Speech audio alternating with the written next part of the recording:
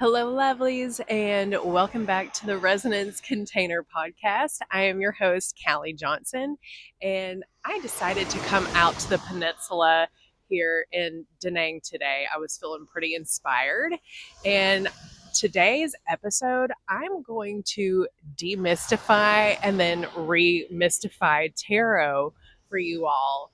So I'm so excited to talk about this. So I'm sure all of you all are probably familiar with these. Oh, look at that card that already flipped over.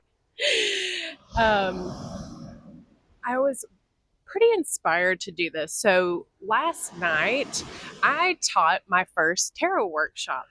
And if you all have been following me the past few months, I have been adding this to my content. One, because I just think it's really fun and I enjoy doing it. It helps me get like a little bit more of my personality out there when I create my tarot content.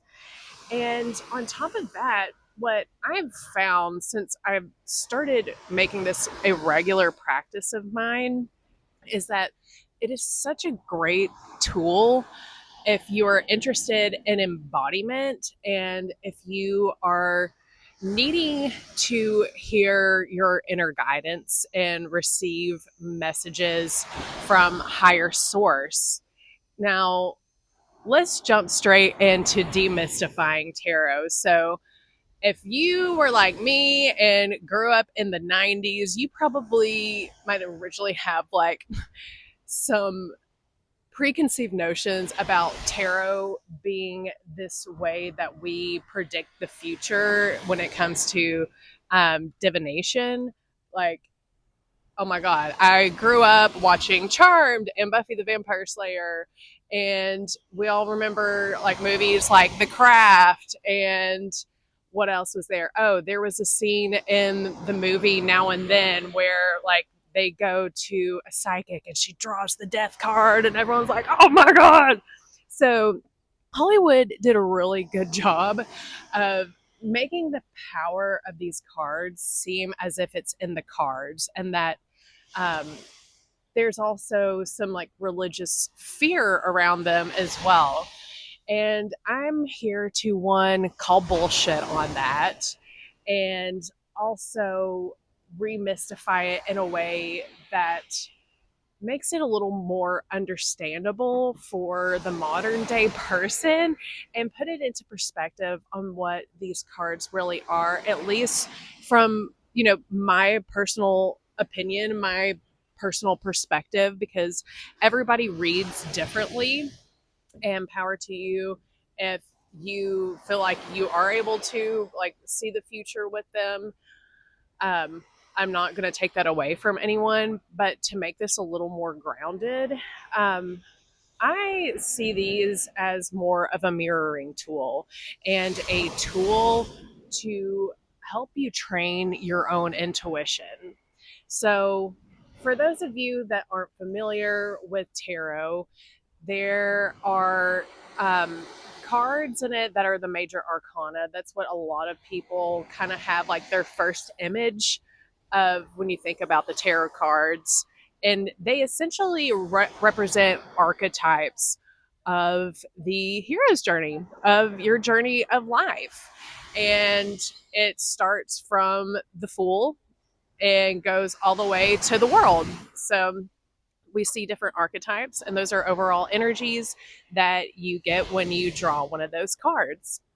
Now, there's also four suits, and to make it easy to understand, each suit is sort of representative of, you can use the earth elements, and the earth elements will kind of give you guidance on what they're related to. So you have your suit of swords, which is an air element that's related to more like logic, thinking you like cutting through logic, decision making.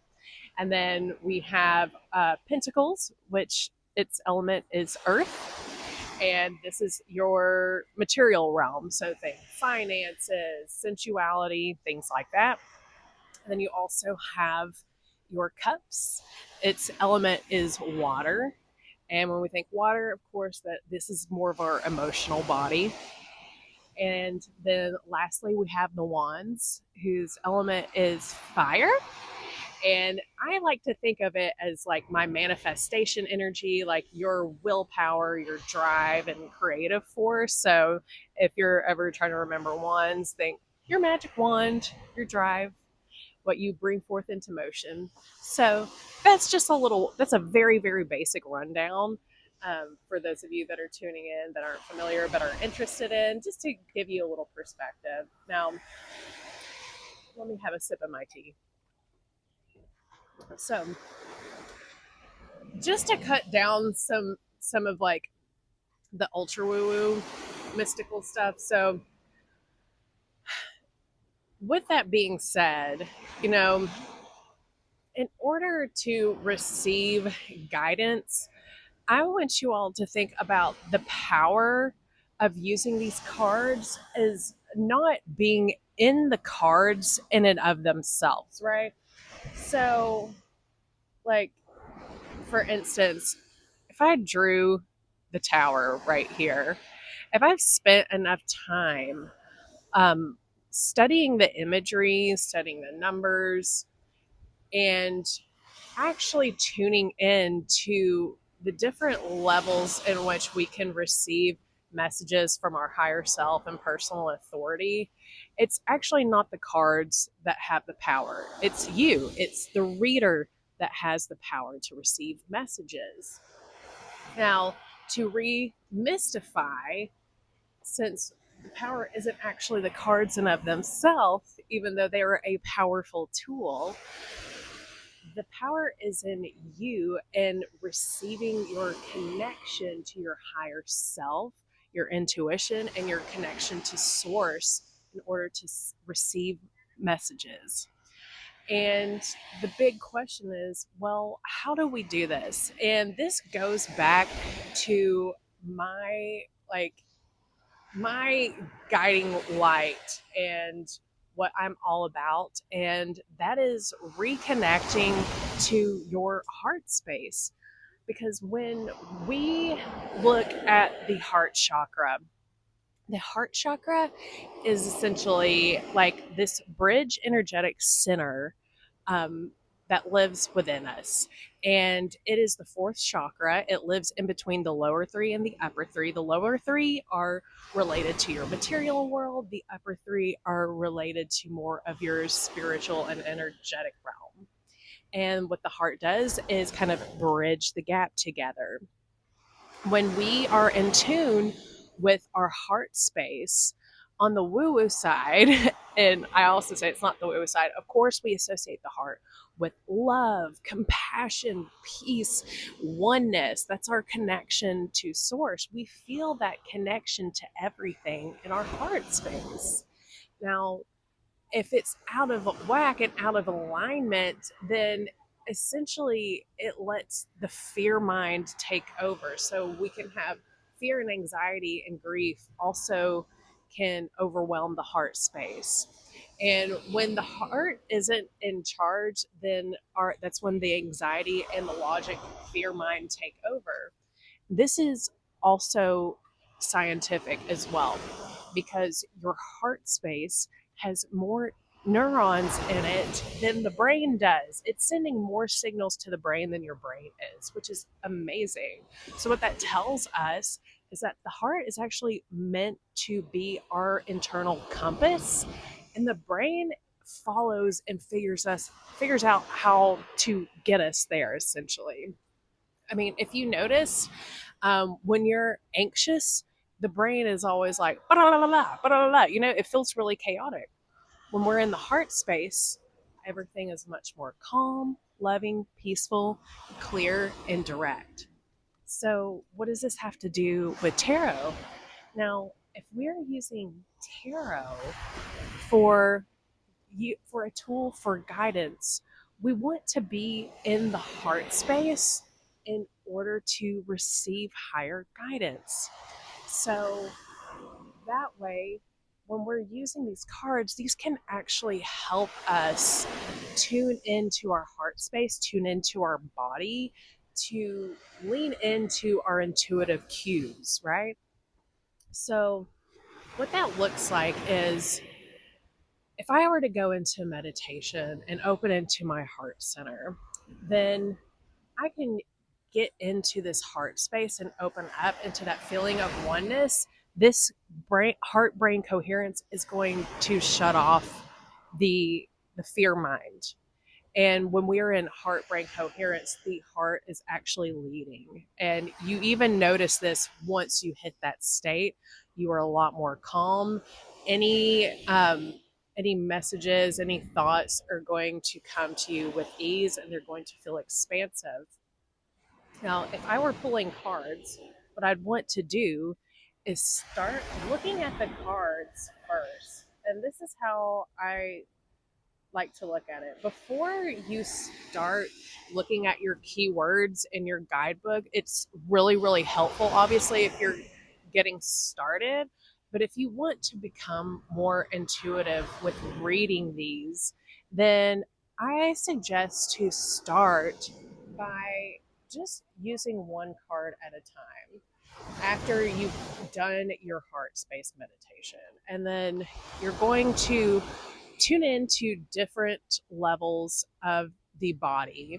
And this is your physical body. So we want to pay attention to the cues that the body is giving us, whether that be squeezing, tightness, or maybe your body feels tingly.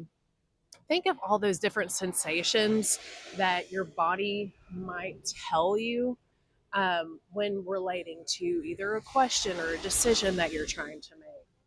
Then you'd want to tap into your emotional body. So, how does this card actually make me feel when I look at it? Because we can look at the keywords and the meanings behind the cards, but that doesn't necessarily mean that that's in complete resonance with what the card's trying to tell us. So we also have to check in with how we feel. So does this card make me feel expansive? Does it make me feel contracted? Does it make me feel sad? Does it make me feel contemplative? And then we can go more into the mental body, into the mind, and see what our mind is telling us. And this is where you might pick up certain imagery. You might see or hear a word that comes to mind. Um, or, like you might relate it to a person, a place, something. So we have all these different ways that we can tap into our intuition.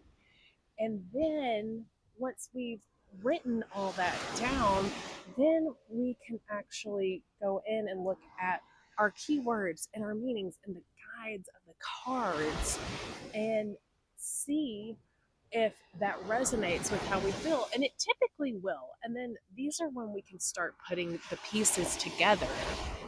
And what is that initially? That's embodiment right there. That is trusting your higher guidance. We've turned off the fear mind and we've tapped into the heart space so the other chakras can be in alignment for us to be able to receive energy and messages from higher guidance that are trying to get to us. Because if the fear mind is constantly chattering, we're not going to be able to receive those messages. So we have to tune into our heart space and our other senses, the other things that we have in order to start being able to use things such as tarot to actually make it a powerful tool. And ultimately, what I've found through my personal practice is that a lot of the times when I'm doing my readings on a daily basis, is that all it is doing is reflecting and mirroring back to me kind of what I already know or giving me a general energy of a situation. And I can kind of zoom out from a broader lens in order to see things from a different perspective. And not only that, if you start doing this consistently, you can actually pick up on your own patterns that you might not be able to see before.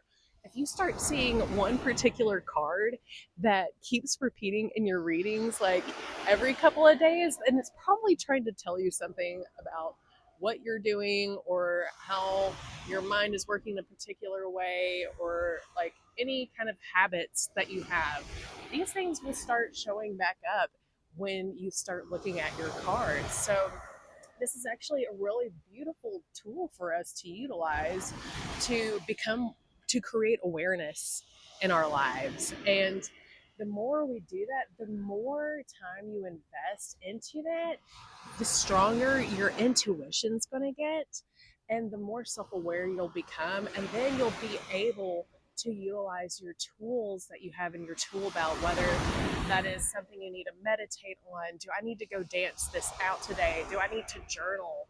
This will help you further your own personal journey and healing journey, and just create, you know, a better scope of your daily life as you move forward. Because when we can truly hear what our inner compass is telling, what source is telling us, and get out of our own way, get out of our own head, then we can live life more expansively and more freely. So that is all I have for you all today. I hope that demystified and also remystified tarot for you, so you can see it from a more grounded perspective, and also see how this isn't just some woo-woo tool. I mean, it is, but there's so much more that we can do to help these old mystical tools help us in our modern day life. So I guess with that being said, I'm going to do one card for us before I sign off here.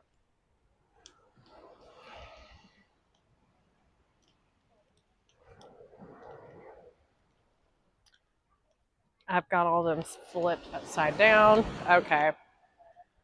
So, and also, folks, if you all are interested in help with guidance, if you want to learn tarot or if you want personal readings, I do offer personal readings either through audio message, or we can get together on a video chat or in person. If you're currently in Southeast Asia and Vietnam, I'm more than happy to do a full reading for you and also guide you through embodiment as we do the cards.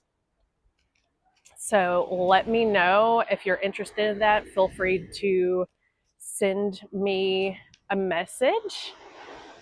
You can let me know in the comments. I'll also have my guide, my service guide, posted for you all in the descriptions as well. And while you're here, make sure to go ahead and subscribe either to my YouTube channel or my Substack. Make sure you like this video and share it with anyone that you think would be interested in learning a little bit of tarot wisdom. All right, we've got the Six of Pentacles right here. So as you see, we see this woman that is kind of reaching out to this person that looks like they're begging. And I see this card as a card of reminding us that we need to be giving and express our gratitude. So if you have been in a place recently where you're feeling a little down and you're feeling that scarcity mindset, the Six of Pentacles is going to be here to remind you to express gratitude for what you already have and what's to come. And remember that even if we don't have much to give, there's always ways that we can give back to others, whether that is just through a smile and a kind word, holding the door open for somebody. There's so many different ways that we can give.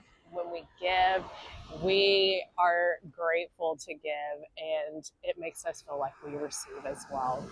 So there's a card for you all today, and let me know if you all enjoyed this, and I will catch you all next time. Cheers.